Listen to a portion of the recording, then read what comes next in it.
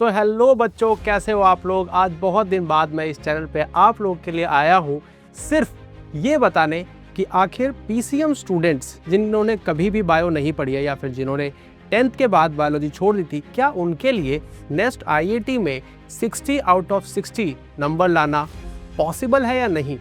और आप देख पाएंगे कि मैं पहली स्लाइड में लिख के बैठा हुआ हूँ कि यस इट इज़ पॉसिबल। और ये चीज़ करके दिखाई है हमारे ही स्टूडेंट श्वेतालीना ने, जो कि हमारे रमन 2.0 की स्टूडेंट थी। इसीलिए मैं काफ़ी मोटिवेटेड हूँ ड्रॉपर स्टूडेंट्स को लेके, और खासकर पीसीएम ड्रॉपर स्टूडेंट को लेके कि भाई साहब आप भी बायोलॉजी को अच्छे से पढ़िए, पूरे साल पढ़िए और 60 आउट ऑफ 60 लेके जाइए, जिससे कि आपका स्कोर बहुत ज़्यादा बूस्ट करेगा। और अगर आप आइजर बरहमपुर में हैं तो आप उछल के आइजर पुणे चले जाएंगे, या फिर हो सकता है आपको आईएससी बैंगलोर भी मिल जाए। तो चलिए बढ़ते हैं इस वीडियो में बिना टाइम वेस्ट किए हुए। Let's see. तो सबसे इंपॉर्टेंट बात ये होती है कि आखिर बायोलॉजी में कितने चैप्टर हैं और आपको किस इंपॉर्टेंस के सीक्वेंस में आपको उनको पढ़ना है। तो हमें पता है कि बायोलॉजी में इन टोटल चैप्टर्स हैं 32। ठीक है, जो हमारा रिवाइज्ड एनसीईआरटी है उसके हिसाब से 32 चैप्टर्स हमारे पास आते हैं। इनको मैंने 3 वे में सेग्रीगेट किया हुआ है। ये है मोस्ट इंपॉर्टेंट, ये है सेकंड मोस्ट इंपॉर्टेंट, और ये भी इंपॉर्टेंट ही है बट ये हाईली फैक्चुअल टॉपिक्स हैं, जिसके कारण मैथ्स वाले स्टूडेंट बायो को छोड़ देते हैं। वो ये चैप्टर्स हैं, बट इसका मतलब ये नहीं है कि इंपॉर्टेंट नहीं है। यहां से भी मैं देख रहा हूं पिछले 2-3 साल में ट्रेंड ये बता रहा है कि यहां से भी बहुत ज्यादा क्वेश्चन आते हैं। तो दीज आर फैक्चुअल टॉपिक्स जो आप रट सकते हो एंड में, बट ये भी बहुत इंपॉर्टेंट रहेंगे। तो 32 चैप्टर्स हैं, जिनमें से मोस्ट इंपॉर्टेंट ये हैं, क्योंकि ये बायोलॉजी का बेस बनाते हैं। ये बहुत इंटरेस्टिंग होते हैं और ये काफी स्कोरिंग भी होते हैं, क्योंकि आप रिसर्च एग्जाम को टारगेट कर रहे हैं। तो रिसर्चर्स यानी कि आईआईटी नेस्ट यानी आइजर और नाइजर वाले जो भी बंदे पेपर बनाते हैं, वो इन टॉपिक से ज्यादा क्वेश्चन डालते हैं। सबसे पहला आपका आ जाता है जेनेटिक्स। बहुत इंपॉर्टेंट है, हर साल 1 या 2 क्वेश्चन आते हैं। मॉलिक्यूलर बायोलॉजी हर साल 1 या 2 क्वेश्चन आते हैं।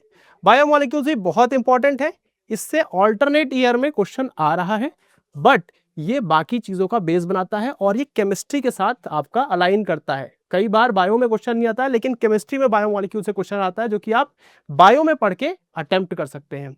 अच्छा, इसके बाद 3 चैप्टर आते हैं प्लांट फिजियोलॉजी के। 3 में से 2 चैप्टर से तो पक्का ही एक ना एक क्वेश्चन आता है, तो 2 क्वेश्चन यहां से पक्के आते हैं। इकोलॉजी बहुत आसान यूनिट है, बहुत स्कोरिंग यूनिट है, एक ना एक या 2 क्वेश्चन पक्का यहां से आते हैं। और बायोटेक्नोलॉजी से तो हर साल 1 क्वेश्चन पूछा आता है, आप उठा के देख लीजिए। इस साल यानी कि 2026 में भी आईआईटी और नेस्ट दोनों ने ही इस टॉपिक से क्वेश्चन पूछे हैं, तो ये सबसे इंपॉर्टेंट हो जाते हैं। इसके बाद सेकेंड प्रायोरिटी हमारी यहाँ पे आ जाती है। जैसे अगर मैं बताऊं ह्यूमन फिजियोलॉजी, इससे क्वेश्चन जरूर आएगा, लेकिन यहाँ पे 6 चैप्टर्स हैं। अब 6 चैप्टर में से 2 क्वेश्चन आ रहे हैं, ठीक है चलेगा, बट हम बता नहीं कर सकते कि किस चैप्टर से आएगा। बट यस, यहां से क्वेश्चन हमेशा ही आते हैं, इस पूरी यूनिट से आते हैं, जिसमें 6 चैप्टर्स आते हैं। ओके, एवोल्यूशन से हर साल आता है, कभी कभी नहीं भी आता है, बट यस ऑल्टरनेट ईयर्स में पक्का आता है। और इस चैप्टर में अगर आपको 2 टॉपिक्स आते हैं, नेचुरल सिलेक्शन और हार्डी-विनबर्ग इक्विलिब्रियम, तो आप आराम से इस चैप्टर से एक क्वेश्चन बना ले जाएंगे। एक ही क्वेश्चन यहां से आता है। नेक्स्ट, सेल बायोलॉजी के 2 टॉपिक्स हैं, cell cycle and cell division और मेन सेल वाला बेसिक चैप्टर। अब यहां पे क्वेश्चन जो आता है ना, अब यहां पे जो क्वेश्चन आता है वो mainly cell cycle and cell division से आता है, बट यस कभी कभी यहां से क्वेश्चन नहीं भी आता है। जैसे इस साल यहां से आई गेस आईईटी में क्वेश्चन देखने को नहीं मिला। ह्यूमन हेल्थ एंड डिजीज अच्छा टॉपिक है, क्वेश्चन कभी कभी यहां से आते हैं। रिप्रोडक्शन में 3 चैप्टर्स हैं और इसमें से भी क्वेश्चन कभी कभी आते हैं। ओके, तो ये सेकंड प्रायोरिटी वाले चैप्टर हैं, बट ये आपको बिल्कुल स्किप नहीं करने अगर आप स्टार्ट कर रहे हैं। नेक्स्ट, मॉर्फोलॉजी एंड एनाटॉमी, यहाँ पे 3 चैप्टर हैं, बट इससे नेक्स्ट पिछले 2 साल से क्वेश्चन पूछ रहा है और अच्छे क्वेश्चन पूछ रहा है, ये आप स्किप नहीं कर सकते। डाइवर्सिटी वाली यूनिट से भी इंटरलिंक्ड क्वेश्चन पूछे जा रहे हैं, खासकर नेक्स्ट में। तो आपको ये रटने वाले चैप्टर्स छोड़ने नहीं है, इनको रटना है, क्योंकि एग्जामिनर आपसे ये नहीं पूछेगा कि भाई साहब ये रटने वाले चैप्टर क्यों नहीं किए। अगर नहीं किए हैं तो मैं इससे क्वेश्चन थोड़े डालूंगा, ऐसा वो नहीं बोलेगा। वो ये बोलेगा कि भाई साहब मैं तो डालूंगा, तुझे पढ़ना है तो पढ़, नहीं पढ़ना है तो मत पढ़, इसलिए तुझे पढ़ना ही पड़ेगा। ठीक है, तो ये सेग्रीगेशन है पूरा 32 चैप्टर्स का, जो कि आपको इसी प्रायोरिटी ऑर्डर में कंप्लीट करना है। ये वाले पहले, फिर ये वाले, और एट द एंड ये रटने वाले चैप्टर्स। ओके, अब हम देखते हैं कि आपका स्ट्रैटेजी क्या रहना चाहिए, आपको किस वे में पूरे साल को यूटिलाइज करना चाहिए so that you are able to score maximum marks in biology. आज देखते हैं। देखो, जुलाई जा चुका है लगभग, हम अगस्त से शुरू करके मई एंड तक लगाते हैं, क्योंकि मई एंड में ही पेपर होता है, कई बार जून में भी होता है। ओके, अगस्त से लगाते हैं, तो we have August, September, October, November, December, January, February, March, April, May. We have 10 months. ठीक है, हमारे पास 10 महीने हैं, बट 10 महीने हैं इसका मतलब ये नहीं है कि आपको 10 महीने बस पढ़ते ही रहना है, नहीं। अच्छे से पढ़ना और एग्जाम क्लियर करने के लिए पढ़ना दो अलग अलग चीज होती है। एग्जाम क्लियर करना एक बहुत बड़ा टैलेंट होता है, और वो टैलेंट आपको सीखना है। वो टैलेंट आता है प्रॉपर स्ट्रैटेजी, प्रॉपर एग्जीक्यूशन से। ठीक है, तो आओ देखते हैं। मुझे पता है कि पीसीएम स्टूडेंट ने बायोलॉजी 10वीं के बाद नहीं पढ़ी है, इसीलिए आपके पास यहाँ प्लेंटी ऑफ टाइम है। आराम से आप 6-7 महीने के अंदर अपना पूरा सिलेबस यानी कि 32 चैप्टर्स कंप्लीट कीजिए। ठीक है, कवर फुल सिलेबस आराम आराम से कीजिए, रोज थोड़ा थोड़ा पढ़िए, है ना, हर 2 दिन में एक चैप्टर कंप्लीट कीजिए।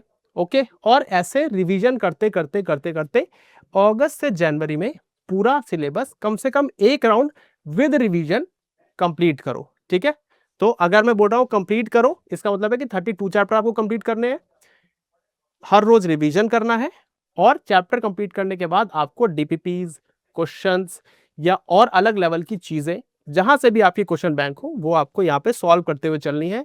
अच्छी प्रिपरेशन करनी है, syllabus completion, theory along with question and revision. Okay, ये चीज आपका अच्छे से हो जाएगा तो आपको चीजें याद रहने लग जाएंगी, आपको चीजें समझ आ जाएंगी।